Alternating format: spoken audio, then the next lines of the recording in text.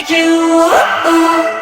Take the time to produce a video. So there are products here that I have used and used time and time again, but I haven't shown it on cam yet. But suffice to say, I will show them in the following makeup videos to come. So yeah, that's that on that. Number 3, product you want but won't buy because you don't support the brand.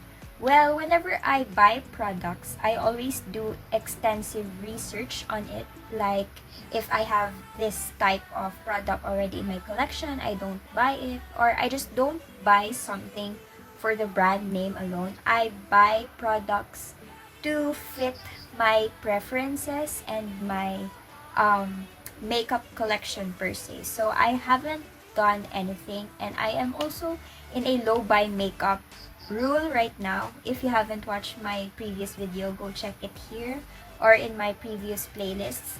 And well, suffice to say, I haven't made tons of makeup purchases because of that, because I am trying to be a smart consumer. But I am not bitching on any type of brand out there. I don't have any brands that I am against with. So there you go. Do you have any blocked words? Truthfully, no, I don't have any, even a single one, because I don't think I am too big here in YouTube yet to have like specific blocked words.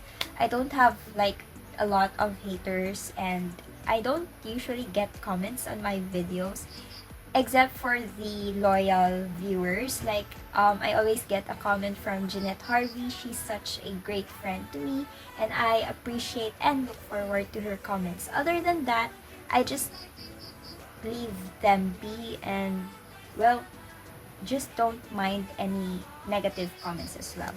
Number 5, do you delete comments? If so, why? No, I don't delete comments because there are not a lot of comments in my videos to begin with, but also get like random bad comments on some of my videos, and I just treat them as criticism, albeit a more harsh type of criticism, but nevertheless it's still criticism, and I try to make it an inspiration or a motivation to do better in this YouTuber type of thing, because there is no formula to this whatsoever. You just, film a video, be yourself, and then present it out to the world. And if there is a single soul out there who will watch your videos, then that's really, really good.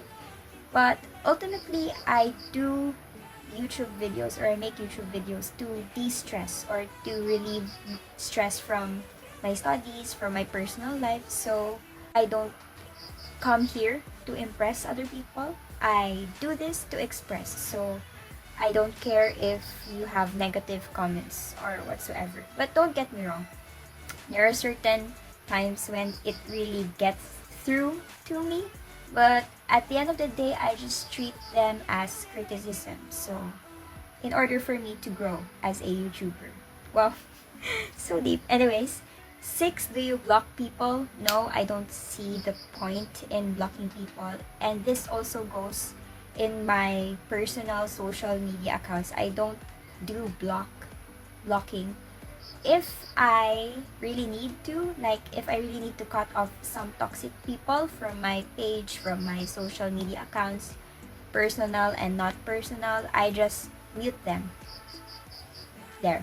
7, have you ever lied about a product to stay on good terms with a brand? No, I haven't. If I find a specific con about a brand, I usually tell them on my videos. I usually do reviews on that type of format. I will state the pros and the cons and then rate them from 1 to 10 at the end. So no, I don't think I have ever lied about it. And I am not the type of YouTuber who needs to stay on good terms with a brand just so I can have like free stuff. And if they send me free stuff, then why not? If not, then that's okay. That is not my purpose here in YouTube. Number 8, have you ever initially what?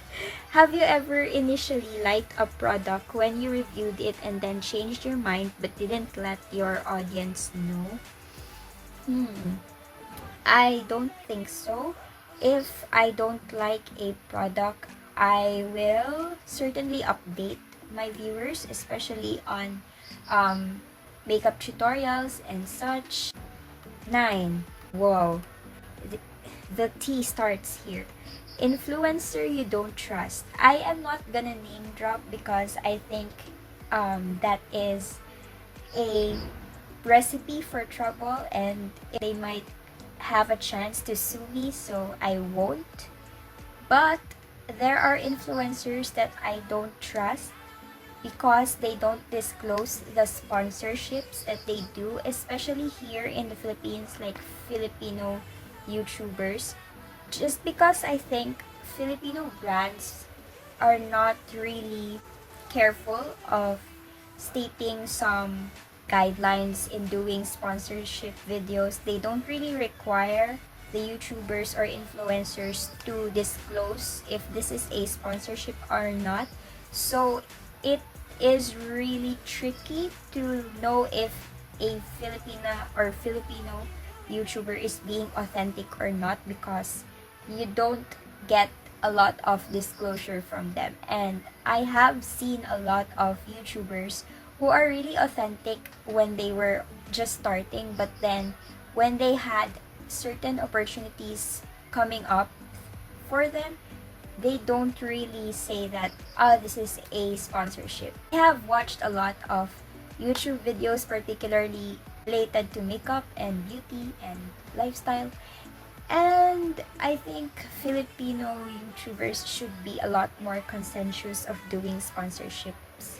There isn't anything wrong with accepting sponsorships from brands, especially if you believe in that certain brand.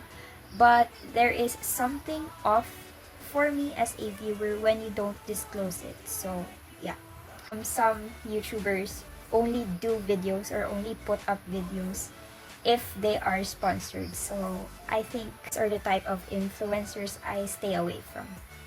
Next, influencer you trust the most. The opposite of what I've said earlier. There are specific YouTubers that I really follow just because they are very honest with everything.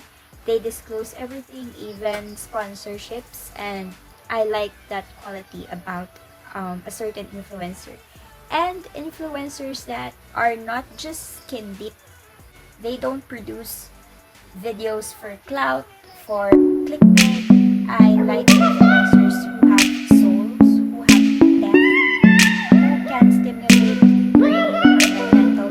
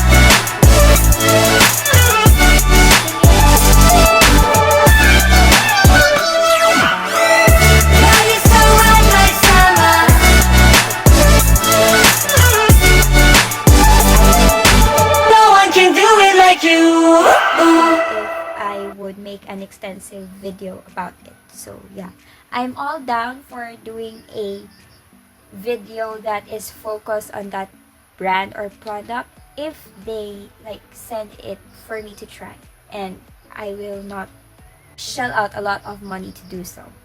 15. Have you ever bandwagoned with other people's thoughts on a particular product? Absolutely. I think on some certain products that are really hyped up, but is I try to stay away from reviews as much as possible.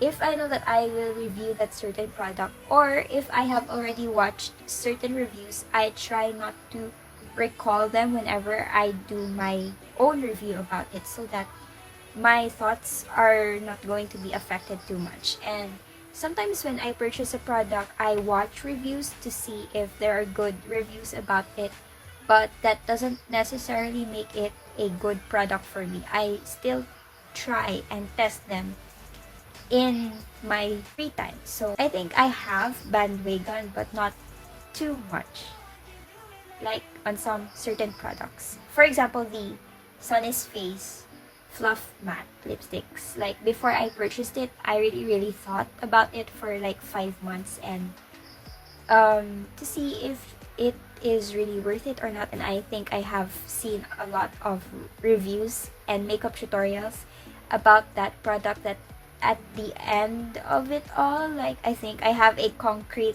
idea as to how it is performing as a lipstick. So when I did my review, everything was like smooth sailing. I have expectations already, and I just checked off that list of expectations if that product has met every single one of them or not. Oh, now we're down to the last question, 16. Things other creators do, they get on your nerves. Oh, this is juicy. Well, one, challenges or stuff that are too much or clickbaity, just for the thrill or for the sake of producing an entertainment video. I am not the type of person who watches those types of things just because like I said earlier, I want to watch YouTubers who have soul, who have depth, and I am more of a serious type of person, so I like to have realizations and new information to learn after I watch a certain video, especially here in YouTube. So I only follow those types of YouTubers, and every time like I see someone doing stuff just because they want to, or like they don't really want to, like very childish stuff, sometimes I get a little bit irritated. So yeah, things or like subject matters that are not really important in life, those are the type of videos that I try to stay away. And I think it's really weird that creators just do something for views, and I don't get why a lot of people would want to watch it, to be honest, because at the end of the video I try to ask myself if I have learned something about it, and if I don't, well, it's pointless. I don't really make fun of those type of creators. If they are enjoying those type of videos to film, then why not? You do you, but I'm saying it's not for me. So a little bit of a disclaimer, you might say that I'm bitching about them or I hate them, but no, I don't think so. I think everyone has their own type of preferences. Everyone is unique, and it's just that I don't prefer those type of things that they do, and they might not prefer the type of videos that I produce. So you do you. You stay in your own lane, I stay in my own, and if we don't trample on each other's dignity, so be it. And live your best life. You do what makes you happy. And at the end of the day, if other people is entertained because of the silly things that you do, then that's really great for you. And I'm just gonna stay away from that lane. If you get what I mean. Anyways, that's the end of the Truthful YouTuber tag. Wow, it's really short, come to think of it.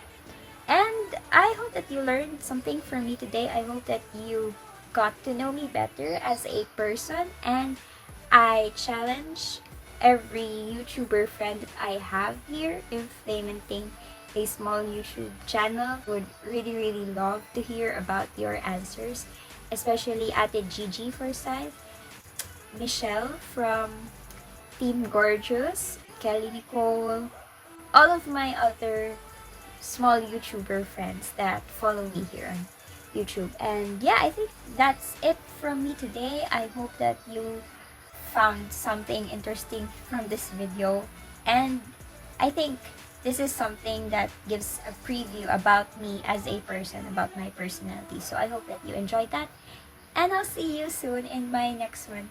Peace out.